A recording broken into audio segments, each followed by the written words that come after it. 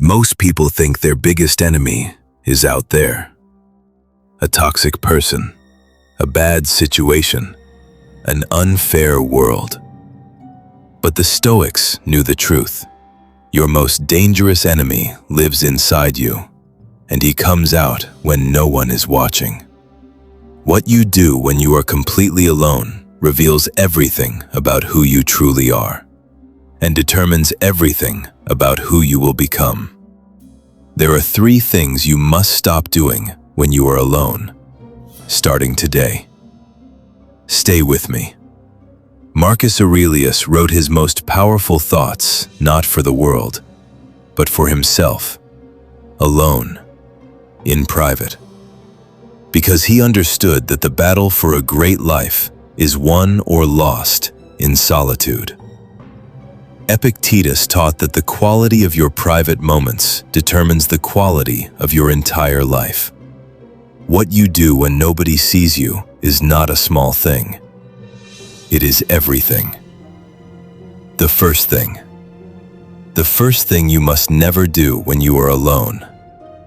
Consume without creating.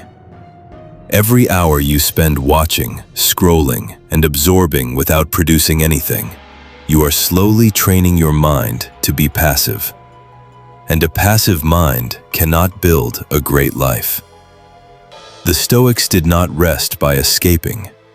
Marcus Aurelius rested by reflecting, by writing, by thinking deeply. He turned his solitude into a workshop, not a hiding place. When you spend your alone time only consuming other people's content, other people's opinions, other people's lives, you slowly lose touch with your own mind. You begin to think in borrowed thoughts. You begin to feel empty without a screen in your hand. You begin to mistake distraction for rest. True rest is not emptying your mind with noise. True rest is returning to yourself. Use your solitude to create. Write your thoughts. Plan your goals. Build something, even if it is small, even if no one sees it. Because every great thing ever built started in someone's private, quiet, alone moments. The second thing you must never do when you are alone. Rehearse your pain. Most people, the moment they are alone, begin replaying what hurt them. The argument, the betrayal, the failure, the embarrassment. They replay it once, then twice, then 100 times. And each replay feels like understanding, but it is not understanding. It is punishment. Seneca wrote that we suffer more in imagination than in reality. And nowhere is this more true than in solitude, where the mind left without direction walks straight into its darkest rooms. The Stoics called this destructive pattern of thought rumination, and they fought it deliberately. Marcus Aurelius did not ignore his pain. He examined it once, extracted the lesson, and released it. He refused to let yesterday's wound become today's identity. When you are alone and your mind reaches for old pain, stop. Ask yourself one question. What can I learn from this? Take the lesson, then close the door. Your past is not a room you must live in. It is a classroom you visit once.